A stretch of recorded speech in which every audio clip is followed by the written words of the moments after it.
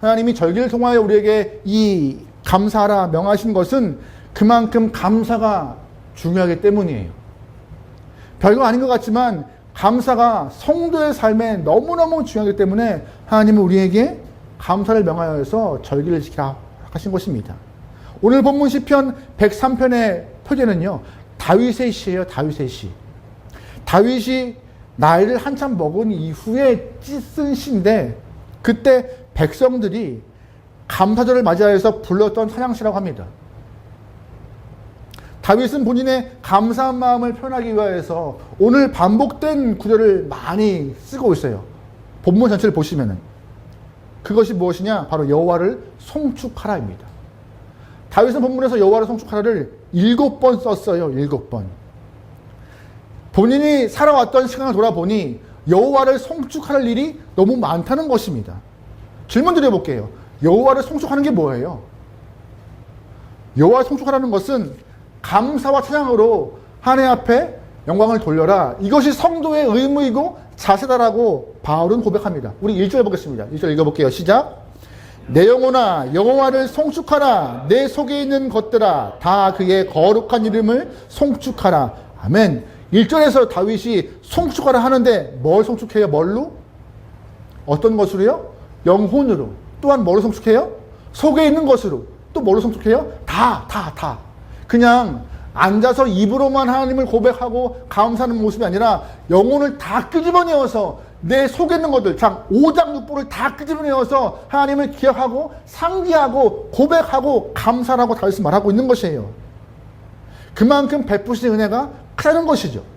너무 커서 7번이나 말하면서 여호와 송축하는데 어떻게 해요? 다 끄집어내어서. 그래서 2절 말씀에 내 영혼아 여호와를 송축하며 그 모든 은택을 잊지 마라 라고 말합니다. 은택이 뭐예요? 은택. 하나님이 나에게 허락하신 선한 일들, 베푸신 일들, 그 모든 것들을 잊지 마. 순간순간 이끄신 모든 상황들을 잊지 마. 그 상황은 나를 위하여서 이끄신 그 길인데 그 일을 향하여서 감사해라. 내가 생각하기에 나를 위한 길 같지 않지만 그것도 하나님이 너를 위한 길이야. 더 준비하고 예비하고 더 앞으로 나갈 자세, 시간들. 어떻게 보면 한 걸음 뒤처지는 것 같지만 움츠리는 것 같지만 움츠려야 더 도약할 수 있는 기회를 얻기 때문에 하나님은 우리에게 뒷걸음질 수 있는 시간을 주시는 것입니다. 그것 또한 은혜인 것이에요. 은혜.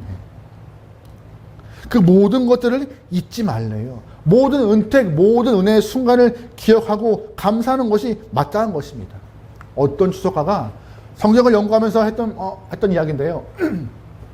성경 안에서 감사가 들어간 구절이 178절 나온대요. 많이 나오죠. 그만큼 감사가 중요해요. 특별히 구약을 보면은요, 이스라엘 사람들이 지켰던 절기가 7가지가 있습니다. 그 중에 5가지 절기가 감사에 대한 절기인데 그 5가지 중에서 3가지 절기, 특별히 무교절, 오늘 맥추절, 초막절은 모든 이스라엘 사람들이 성전에 올라가서 감사 예배를 드리면서 주 앞에 송축하는 감사를 표현하는 그런 절기예요. 하나님은 왜 그들에게 굳이 이 세 절기를 향하여서 지켜라. 어떻게 해요? 성전에 올라와서 하나님을 보고 예배하고 너의 마음을 드리라고 했을까요? 감사가 그만큼 중요한 거예요. 교육하고 꼭 잊지 말라 하는 것이에요. 하나님이 행하신 그 모든 일들을 기억하며 너의 손길들을, 너를 향한 손길들을 기억하며 하나님의 마음을 기억하라. 그래서 여러분 신약을 보세요. 신약에는 몇 번이나 감사라고 했을까요? 몇 번이나. 아시는 분. 신약에는 몇 번이나 감사라고 했을까요? 네? 뭐 몇 번이나. 몇 번 없어요. 범사에. 모든 일에. 한 번, 두 번, 세 번, 70번씩 7번 아니에요. 모든 일에 범사에 감사하래요. 그게 하나님의 뜻이고 우리를 향한 하나님의 마음이래요. 그래야 우리가 하나님의 성도로서 구분되어질 수 있다는 것입니다. 여러분, 우리가 예배를 드리기 위해서 이 땅에 이 시간 걸어오는 것도 성도로서의 구분된 모습이겠지만 진짜 구분된 모습은 뭔지 아세요? 일상에서 감사와 찬양을 잊지 않는 것입니다. 그게 성도로서의 구분된 모습이에요. 여러분 혹시 존 웨슬리라고 아세요? 18세기 영국에서 부흥운동을 이끌었던 사람입니다. 그 사람의 스승이었던 윌리엄 노라는 사람이 이런 말을 했어요. 인생의 행복과 만족을 찾는 가장 빠른 방법, 확실한 방법이 무엇이냐 묻는다면 어떠한 상황이든 무조건 감사하고 찬양하는 것이다. 왜냐하면 얼른 보기에는 불행한 일처럼 보이는 것도 감사와 찬양을 통하여서 축복의 결과를 가져오기 때문이다. 세상에서는 성도라는 사람들을 특별히 기도를 많이 하는 사람을 말하지만 그런 거 아니다. 금식하는 사람도 아니다. 구제를 많이 하는 사람도 성도 아니다. 의로운 행동을 많이 하는 것도 성도 아니다. 오히려 하나님 앞에 항상 감사하는 것이 누구다? 성도다. 항상 감사. 그게 쉬워요? 일상을 보세요. 감사가 안 나오지만 하나님의 일을 기획하고 섭리를 바라보며 믿으며 항상 감사를 고백하는 것이 성도래요. 이 말 참 맞는 말이지만 정말 어려운 상황입니다. 어려운 표현이에요. 가능할까요? 쉽지 않습니다. 왜요? 우리의 감사를 방해하는 것이 있기 때문에. 어떤 것이 방해할까요? 망각이요, 망각. 자꾸 잊어버려요. 하나님의 은혜를 잃어버리고 손길 잃어버리고 허락하신 걸 잃어버리기 때문에 자꾸 우리의 감사가 희미해져요. 은혜 잃어버리면요, 감사가 지속이 안 돼요. 감사가 그만 멈춰요. 본문에서 다윗도 그래서 은혜 잊지 마, 하신 일 기억해야 돼. 그래야 너의 삶에 뭐가 넘친다? 감사가 넘친다고 다윗은 고백하는 것입니다. 여러분, 감사를 우리의 삶에 지속하기 위하여서 은혜 잊지 않고 상기하며 내 마음에 딱 새겨놓을 수 있게 소망합니다. 할렐루야, 아멘. 그러면 질문 드려볼게요. 어떻게 우리가 그럼 하나님 은혜를 잊지 않을까요? 잊지 않을까요? 어떻게 잊지 않을까요? 간단해요. 간단해요. 심리학자들이 말할 수 있는 것 중에 하나가 기억을 오래 가질 수 있는 방법들을 말하는 것이 있는데 두 가지 방법은 딱 하나예요. 첫 번째, 잊기 전에 또 한다. 그럼 뭐예요? 반복하라는 거예요. 또한 심리학자가 말하는 기억을 오래 가는 방법이 무엇이냐? 강한 자극으로 마음에 새겨라. 뭐 하는 거예요? 각인시키라는 거예요. 이 말을 그대로 갖고 오면요, 우리가 하나님의 은혜를 잊지 않기 위해서 두 가지만 하면 돼요. 첫 번째, 반복하는 것과 두 번째, 각인시키는 거예요. 매일매일 반복하여 주 앞에 고백하고 그 고백을 내 마음에 새겨서 지워지지 않는 그 믿음을 갖는 것이 은혜를 기억하며 상기하며 그것을 찬양과 감사로 연결시키는 방법이다라고 우리는 알아야 하는 것입니다.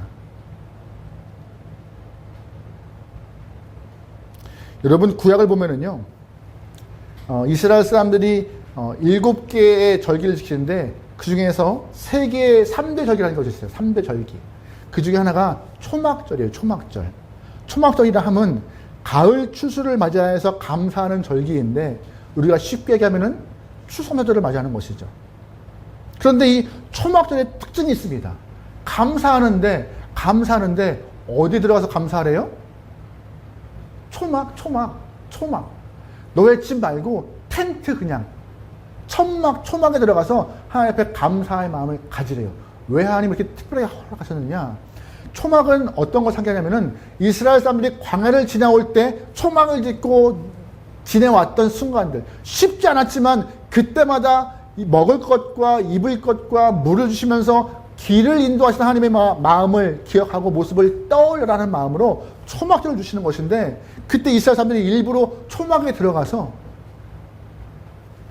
그 시간들을 떠올리는 절기입니다. 하나님은 그만큼 상기하래요. 계속 반복하여서 그 초막에 들어간 일을 반복하는 불편함이 있을지라도 마음을 새기면서 주를 고백하라 합니다. 여러분, 이건 제 개인적인 취미이기 때문에 그냥 말씀드리는 거예요. 저는 캠핑이 취미입니다. 여러분, 텐트 하나에 얼마일까요? 텐트 하나에 얼마일까요? 천차만별이에요. 텐트가 그냥 처음 가족들이 텐트를 치고 캠핑에 입문하면은 보통 5, 60만 원을 갖고 입문합니다. 그러면 뭐 준수해요. 근데 쓰다 보면은 그게 안 돼요. 요것도 불편하고 저것도 불편하고 점점 늘어나는데 보통 한 쓰다 보면은 2, 300만 원까지 가요. 텐트 하나에. 어마어마하죠. 텐트만이에요. 텐트만. 근데 거기에 눕고 이불 덮고 살아야 되잖아요.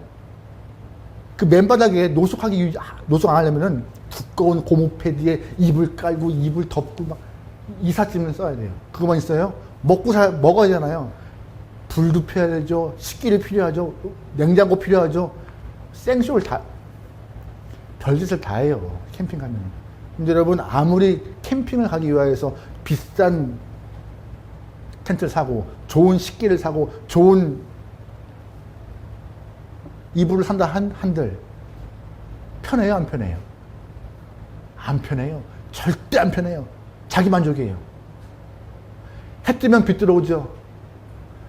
옆에 사람에게 다 들리죠. 잠자라도 코 고는 것도 들려요, 옆에서.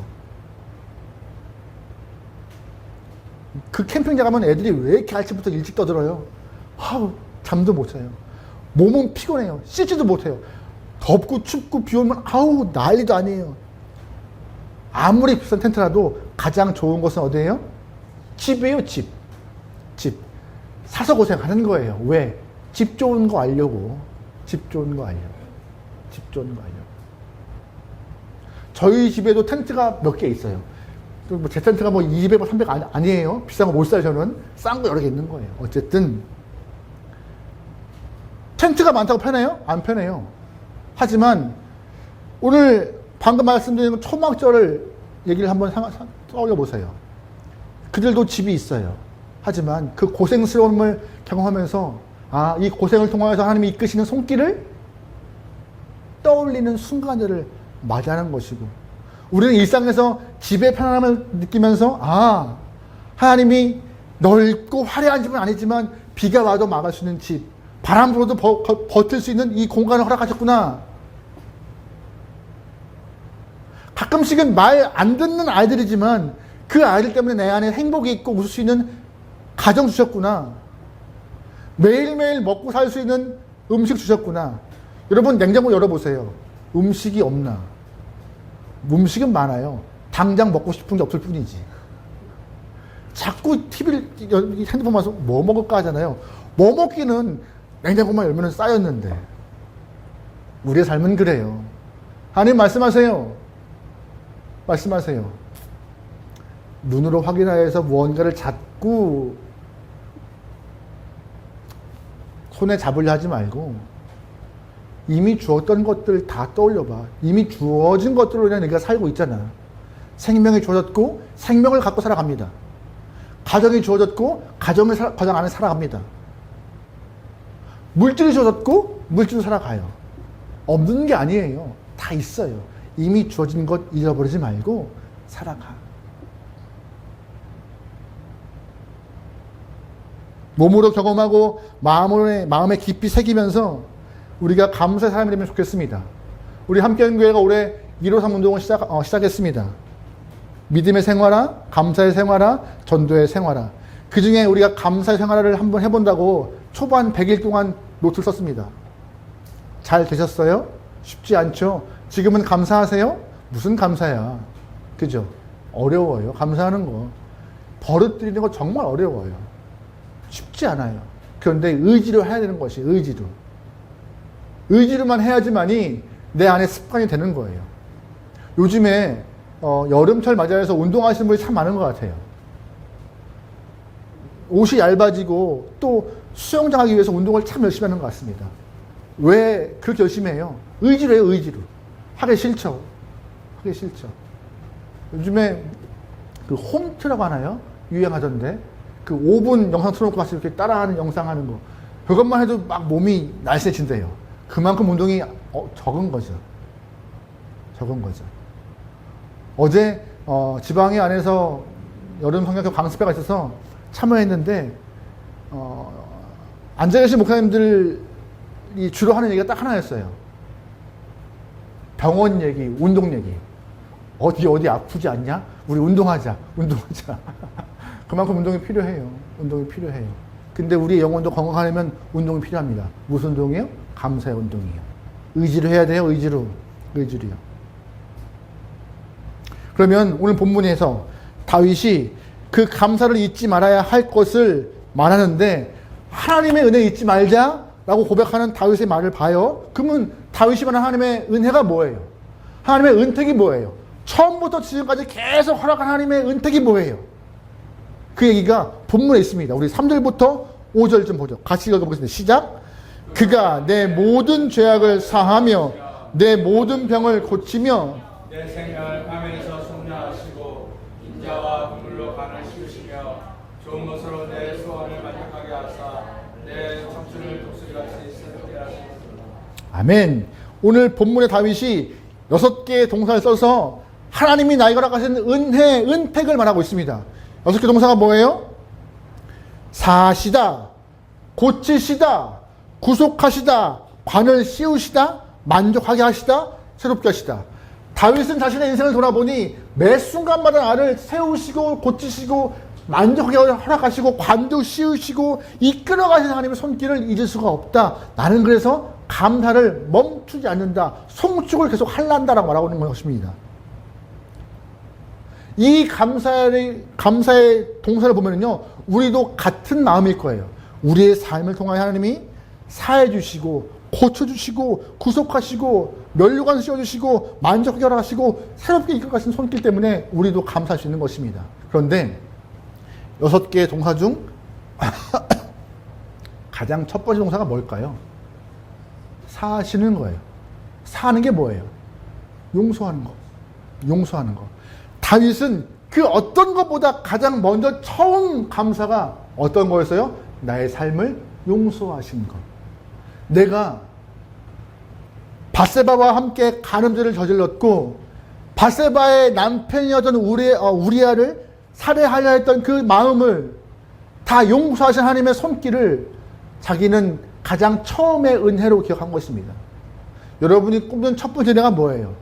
지금도 살아가는 것이잖아요.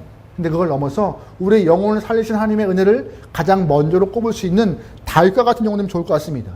하나님, 나를 용서하셔서 나에게 생명 주시고 내가 천국을 향한 소망을 품게 하시면 감사합니다라고 고백할 수 있는 저와 여러분은 좋겠어요.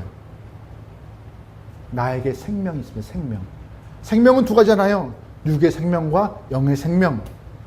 이미 우리의 삶은 매일매일 주의 돌보심으로 삶이 영이 되고 있습니다. 하지만 우리의 영도 주님의 용서를 통하여서 예배를 드리면서 주님을 고백하고 내 아버지로 고백하여 그것이 우리가 천국을 향한 소망을 품고 있는 증거이잖아요. 여러분, 그 모습 변치 않고 주 앞에 늘 이렇게 소망합니다. 근데 그렇게 은혜를 베푸시는 하나님이 어떤 분이세요? 다윗은 8절 말씀에서 이렇게 말하고 있습니다. 우리 좀 길지만 쭉 읽어볼게요. 시작. 여호와는 긍휼이 많으시고 은혜로우시며 노하기를 더디하시고 인자하심이 풍부하시도다. 정책하지 아니하시며 노를 영원히 품지 아니하시리로다. 우리의 죄를 따라 우리를 처벌하지 아니하시며 우리를 죄악을 따라 우리에게 그대로 갚지 아니하셨으니 이는 하늘의 땅의 높음같이 그의 경외하는 자에게 그의 인자하심이 크심이로다. 동이 서에서 먼 것 같이 우리의 죄가를 우리에게서 멀리 옮기셨으며 우리가 자식을 긍휼히 여기심 같이 여호와께서는 자기를 경외하는 자를 긍휼히 여기시나니 이는 그가 아멘. 하나님 이런 분이시래요. 우리를 향하여서 언제나 긍휼을 베푸시는 하나님, 우리를 다 아시는 분 하나님, 속속들이 아시는 하나님. 개인적으로 방금 읽은 말씀 중에서 가장 저한테 가슴에 와 닿는 말씀이 있습니다. 마지막 절이요. 10절 말씀. 이는 그가 우리의 체질을 아시며 우리가 단지 먼지뿌림을 기억하심이라. 이게 사실 우리의 말로 표현하면 어떤 표현인지 아세요? 하나님이 내 성깔 아시고 내 성질 아시고 어떤 놈인지 잘 아신다는 거예요. 그래서 거기에 맞게 이끄시기도 하시고 혼도 내시고 우리의 삶을 영위하게 허락하신다는 것이에요. 누구보다 아시는 분이시기 때문에 속상하지, 가슴 아프지. 하나님은 알맞게 우리를 향하여서 은혜 허락하시고 참아주시기도 하시고 용서도 하시면서 우리를 이끌어가신 분이십니다. 그 하나님의 은혜를 잊지 않고 평생 살아가면 좋겠습니다. 할렐루야. 아멘. 어떠한 모습으로요? 감사의 모습으로요. 그런데 우리가 마지막으로 꼭 기억할 것이 있어요. 감사의 마음을 품는 건 좋습니다. 근데 감사가 완성되기 위하여서 꼭 필요한 것은 감사가 입 밖으로 나와야 하는 것이에요. 마음으로만 감사하는 것이 아니라 감사가 입 밖으로 나와야 감사가 완성인 것입니다. 여러분, 이런 말이 있어요. 노래는 부를 때까지 노래가 아니다. 종은 울릴 때까지 종이 아니다. 사랑은 표현할 때까지 사랑이 아니다. 감사는 말할 때까지 감사가 아니다. 내 마음 알지? 백날 해보세요. 몰라요. 말해야 알아요. 노래 아무리 속으로 흥얼하고 잘해보세요. 잘하는 걸 확인할 수 있나? 입 밖으로 내야 마찬가지입니다. 감사도 마음으로 하는 것이 아니에요. 뭘로 하는 것이에요? 입으로 표현하는 것입니다. 그게 감사예요. 여러분, 누가복음 10장 보면요, 예수님이 길 가다가 나병 환자 10명 만납니다. 그들이 예수님에게 고침을 요구해요. 그때 예수님께서 좋아, 너희 10명 다 세상에 가서 너의 병 나은 걸 보여줘. 그들은 병이 안 났어요. 근데 가는 과정 가운데 병이 났고 너무 신나서 10명이 다 뛰어갔습니다. 봐라, 낫다라고 하면서. 그런데 유독 한 명만 예수님께 돌아와서 감사합니다. 예수님, 나를 치료해줘서 감사합니다. 그때 예수님의 말씀이 뭐라고 한지 아세요? 9은 어디 있느냐?